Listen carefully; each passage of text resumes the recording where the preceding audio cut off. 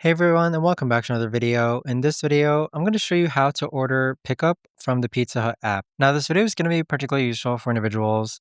Let's say that you want to order a pizza from Pizza Hut, but you're willing to go ahead and pick it up. How do you actually go ahead about doing so? Now, this video is going to be short, sweet, and simple, guys. There's not going to be a lot of steps involved. Now, in order to do this, what you're first going to do is log on to the Pizza Hut app. Next, click on the top hand corner where it says carry out. And this is where you're going to choose between delivery and carryout. So go ahead and click on carryout, then enter your zip code. And then once you enter your zip code, select the actual Pizza Hut which you want to go ahead and carry out from. So we're actually going to go ahead and correct our zip code. Let's go ahead and choose this Pizza Hut right here. Click on carryout from here, and then it's going to go ahead and load the menu. So this is where you can start ordering a pizza. So you can browse between deals, pizzas, melts, wings, sides, pasta, and more.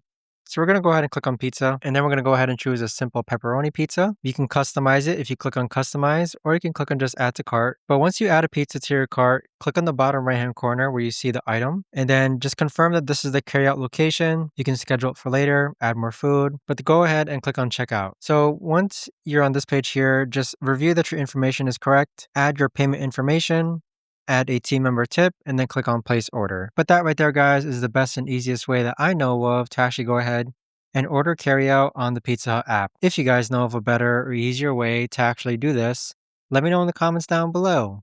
I would love to know. Thanks so much for watching, everyone, and I'll see you guys all in the next video.